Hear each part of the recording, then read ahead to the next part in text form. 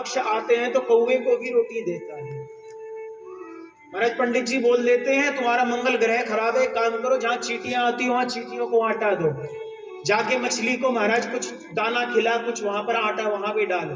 तो हमारा सनातन धर्म तो प्रत्येक वस्तु को, प्रत्येक व्यक्ति को बताता है कि सब में भगवान है, तुम में भी भगवान है, हम में भी भगवान है। जाते हम दूसरे को देख के क्या प्रणाम करते हैं ना, वो प्रणाम व्यक्ति को नहीं करते, उसके अंदर बैठे हुए परमात्मा को प्रणाम करते हैं। हमारे सनातन धर्म की भैया फिलॉसफी तो सबसे बढ़िया है। यहाँ तो पर्वतों को भी पूजा जा रहा है, पेड़ों को भी पूजा जा रहा है, नदी को भी माँ स्वरूप मान के पूजा जा रहा है, गौ को भी माता मान के पूजा जा रहा है। महाराज बैल को भी हम लोग धर्म मान के उसको प्रणाम कर लेते हैं। तुलसी वृक्ष को पूज रहे हैं भैया, पीपल के वृक्ष को पूज रहे हैं। ऐसी कौन सी वस्तु है जिसकी हम लोग पूजा नहीं करते? लेकिन कुछ लोग जो होते हैं अधकचरे, जिसको हम कहते हैं, एक व्यक्ति होता है अनपढ़। अनपढ़ व्यक्ति को आप पढ़ाओगे तो वो पढ़ सकता है, समझ सकता है, लेकिन एक होता है कुपढ़।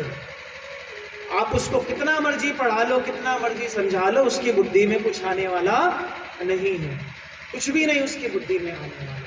व्यक्ति अनपढ़ हो कोई बात नहीं, उसको समझाया जा सकता है,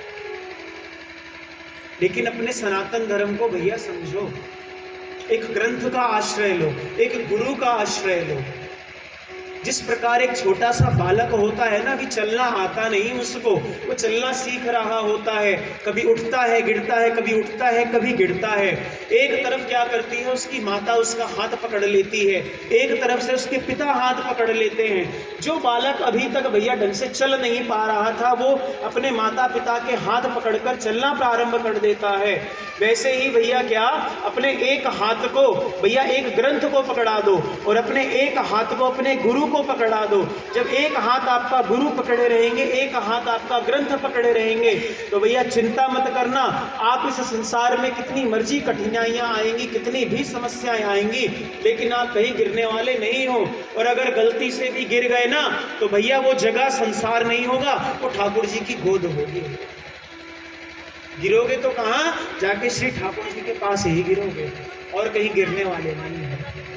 तो अपने जीवन में एक ग्रंथ लेकर आओ, एक गुरु लेकर आओ। और ग्रंथ सबसे अच्छा कौन सा, जो हर कोई प्रेम से पढ़ के समझ सकता है? श्री रामचरितमानस। कुछ दिन पहले आप लोगों ने टीवी में देखा होगा, कितना बवाल चल रहा है रामचरितमानस की चौपाइयों के ऊपर, कि वो दलितों के लिए गलत है, इसके लिए गलत है, ना जाने भैया क्या क्या बोला जाता है। ये उन लोगों का काम है जो पढ़े लिखे नहीं है। वो कहते हैं, उसमें लिखा है, पूजिए विप्र सकल गुणहीना, शूद्र न गुणगण प्रेत विहीना, कि महाराज ब्राह्मणों की पूजा करो, शूद्रों की पूजा नहीं करो। ये लाइन तो उनको बड़े अच्छे से दिखती है, इसी को हाईलाइट भी करते हैं।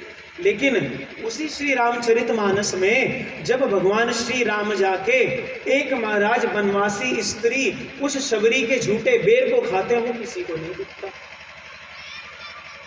आज की भैया, आज के हिसाब से देखा जाए तो शबरी जी कौन, वनवासी तो SC ST OBC कैटेगरी में आती होंगी। आज के हिसाब से देख लो, संविधान के हिसाब से।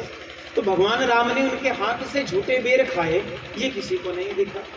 एक केवट से कहते हैं, मांगी नाव न केवट आना, केवट से हाथ जोड़ के कह रहे, केवट तू नाव ले आ, मुझे गंगा जी पार करा दे, वो किसी को नहीं दिख रहा।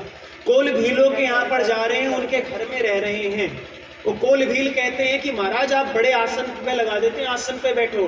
भगवान राम कहते हैं, नहीं, मैंने राज्य त्याग दिया है, मैं सोऊंगा तो नीचे सोऊंगा।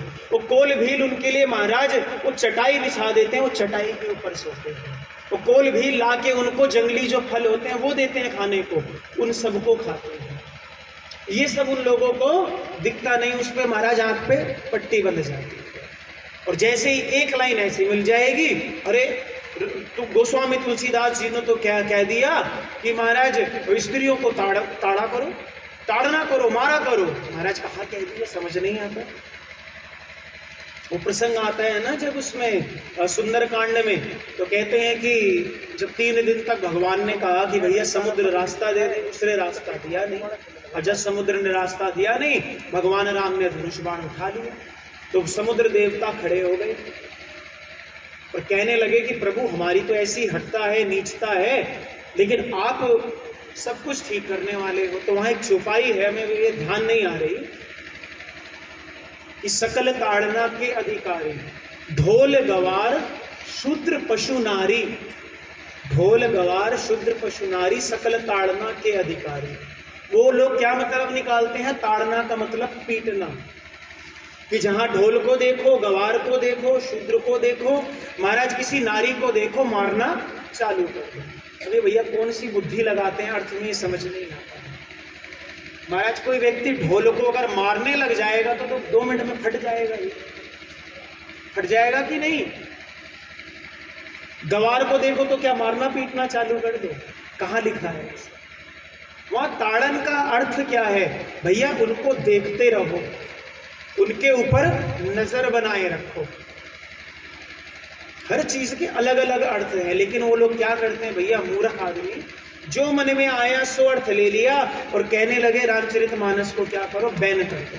कोई जरूरत नहीं ऐसे ग्रंथ की जो समाज में महाराज जातिवाद फैलाती है। उन लोगों का ये कहना है। तो आप सभी लोगों से निवेदन, किसी की कही कहाई बातों में ना आकर खुद ग्रंथ को पढ़ो, ग्रंथ में क्या लिखा है।